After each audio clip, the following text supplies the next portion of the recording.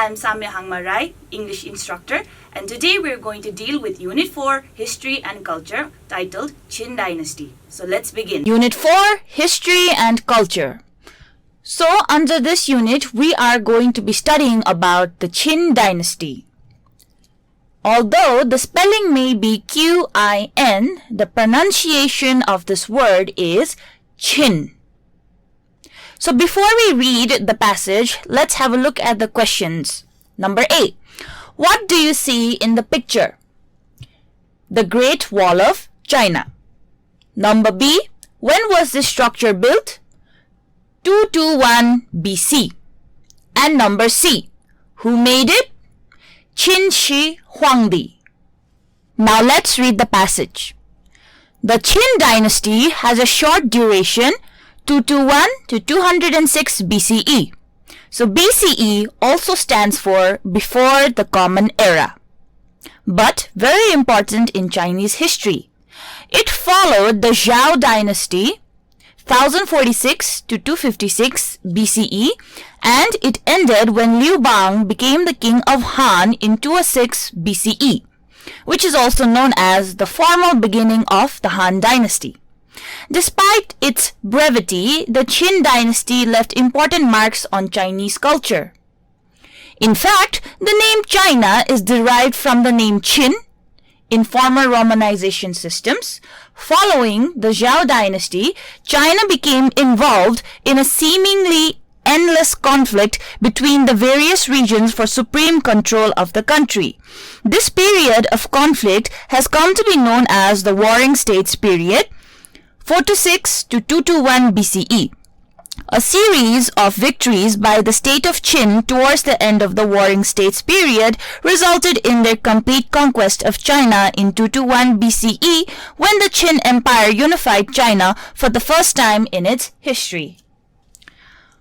Warring states also refers to the states that were in war. Hence, the Warring States periods also can be understood as the time when the states were in war. Origins of the Qin Kingdom. During the Zhao dynasty, China was never a unified kingdom. The Zhao government bore a strong resemblance to some of the forms of feudalism in medieval Europe, which is why the Zhao age is sometimes referred to as a feudal age. China was composed of a network of city-states loyal to the Zhao king, from which military and political control spread over the surrounding farming villages. Feudalism is a socio-political system that existed in Europe during the Middle Ages, where people worked and fought for nobles who gave them protection and the use of land in return.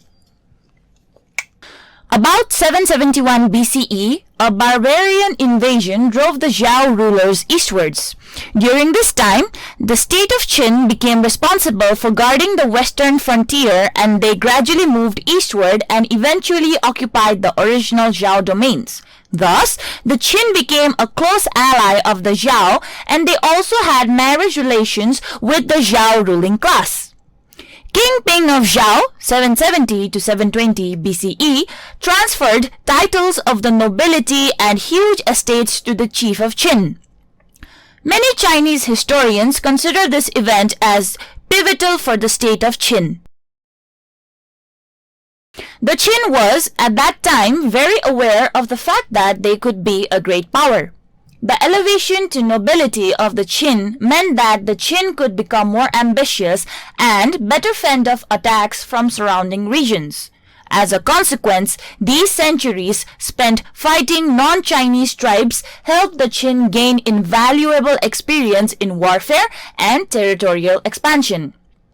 Of the many Chinese states, the Qin had an advantage of a favorable location.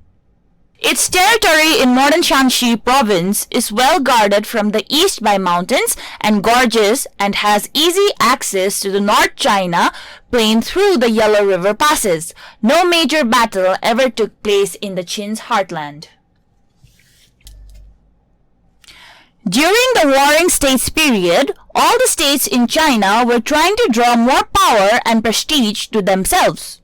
The states of Qin and Chu were the strongest, which was due in part to the locations of these two states being able to command vast resources. They were also able to expand their borders without fear of immediate conflict, unlike the other states, and so could obtain still further resources. This benefit and others, such as the size of the Qin army and their expert use of the chariot, contributed to their success in warfare. The Qin had all of the resources and advantages, but what finally gave them victory over the other states was their ruthlessness in battle. The Qin statesperson Shang Yang, 356 to 338 BCE, advocated total war and a disregard for the polite policies of battle which the Chinese generals had always adhered to. His lessons were implemented by Yin Zheng, king of the Qin, who emerged victorious from the warring states period and proclaimed himself Shi Huangdi, the first emperor of China in 221 BCE. About 230 BCE, when the final campaign to unify China began, it is estimated that the Qin controlled 1/3 of all the land under cultivation in China and 1/3 of China's total population. Early in the Qin Empire, the practice of legalism reached its peak in Chinese history. This idea of state policy was devised by Shang Yang, who came to Qin as a foreign advisor. Qin was lacking early on in skilled intellectuals and politicians and therefore had to look beyond its borders for talented people. Shang Yang was one of those foreign talented persons, and he would have a lasting influence on the Qin Empire. During his time as a minister, Shang Yang radically renovated the policies of government, but in fact he simply revived a practice which was already present for years. A form of government with a focus on greater efficiency and less adherence to tradition, in which strict adherence to the letter of the law was made paramount. Emperor Shi Huangdi approved of Shang Yang's policies and implemented them across his realm. This form of government consisted of a collectivization program and the decimation of aristocratic power. Farmers were freed from serfdom and Shi Huangdi reduced the power of the aristocracy. The people throughout the empire were now supposed to bear collective responsibility for each other. If a person did not behave according to the rules, then others were required to report to him. If they did not do this, they were quartered or beheaded. Fear and control were the key features of this political system. In addition, one's personal importance to the empire was also a key element. If you, as a person, meant nothing to the states, you actually meant nothing objectively. Your life was meaningless. Those who contributed the most to the state were highly rewarded, while those whose lives were considered of no consequence were sent to work as slaves on Shi Huangdi's building projects such as the Great Wall of China, the Great Canal, and the roads, which increased ease of trade and travel. Another result of legalism of Shi Huangdi was that scholarship was strongly suppressed and literacy denied to the majority of the populace. Shi Huangdi believed that uneducated people were easier to control, and so the people should remain stupid so that they would never think to doubt who was in charge of the empire. This policy resulted in burning of books on a large scale, and in 212 BCE, on the advice of his chief advisor Li Xiu, Shi Huangdi had scholars executed on a large scale. Books were banned throughout the empire, as was teaching, except for subjects touching upon the rewritten history of the Qin dynasty, legalism, or the personal glory of Shi Huangdi. It was not until the later Han Dynasty that books were recovered from hiding and repaired, and literacy was again available to the people of China. So, what Shi Huangdi did can also be categorized as dictatorship, wanting absolute control over his citizens so that he would not be overthrown. He wanted the citizens to know who was in charge, and they did not want people to try and overthrow him. Although Shi Huangdi and Cheng Yang's legalism, as well as Li Xiu's policies, were hated by many at the time and have been generally frowned upon by scholars of the period, later the Qin kings and emperors of China were well aware of the strong impact that legalism had on the efficiency and strength of the state. Legalism helped to create a superior army, a disciplined bureaucracy, an obedient populace, and the unquestioned authority of a strong central government. This bureaucratic model became the standard for the Chinese government and is still maintained in some form today. Although Confucianism was preferred in the later dynamics, legalism continued to exert a strong influence in China.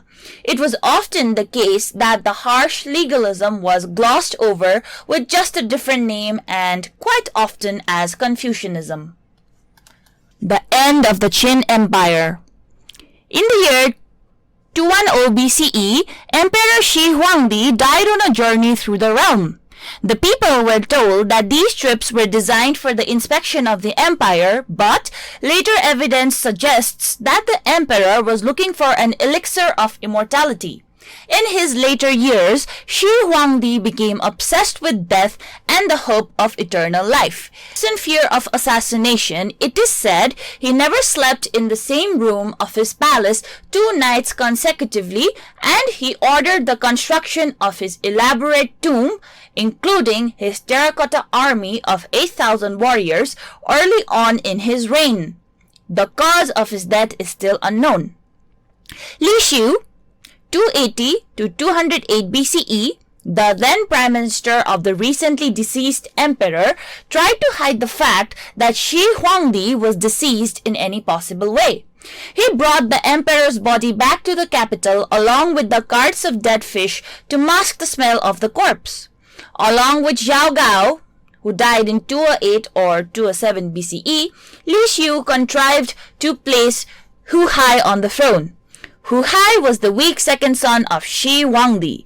Due to the weakness of Hu Hai, the oppressed people of China grew bolder and soon began to revolt. Through a series of uprisings and rebel alliances, the Qin authority was overthrown in the year 206 BCE in the capital of Xiangyang.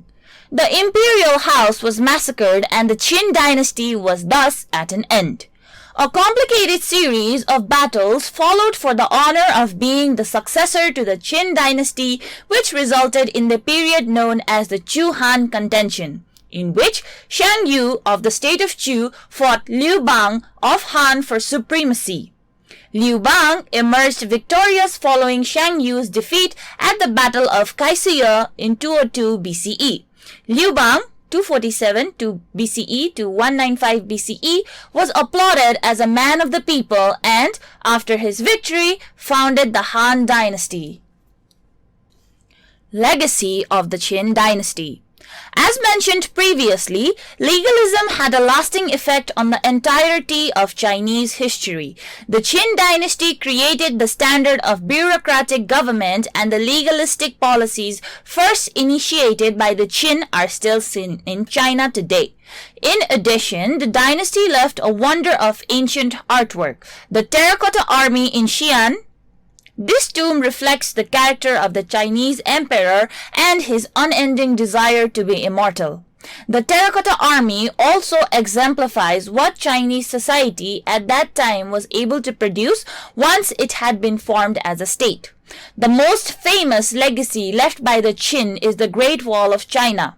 Although the present structure does not date from the Qin dynasty, it was begun under Shi Huangdi, as was the Grand Canal and the roads which today link the cities of China and the countryside. The Qin did more than just found a dynasty in China, they brought a continent together. Written by Gabriel Perrault. To summarize the Qin dynasty, it was a very short dynasty from 221 to 206 BCE. It started after the Zhao dynasty, and Qin dynasty also unified the modern China. Yingzheng, the victor of the Warring States period, declared himself as Shi Huangdi, also known as the first emperor. During the Qin dynasty, legalism was practiced and it was at its peak. collectivization and decimation of aristocratic power was done. Shi Huangdi later died on a journey through the realm, and imperial house was massacred. Thus, the Qin dynasty had come to an end. This marks the end of our chapter. If you have any feedback or suggestions, please feel free to contact us at learning@deerwalk.edu.np.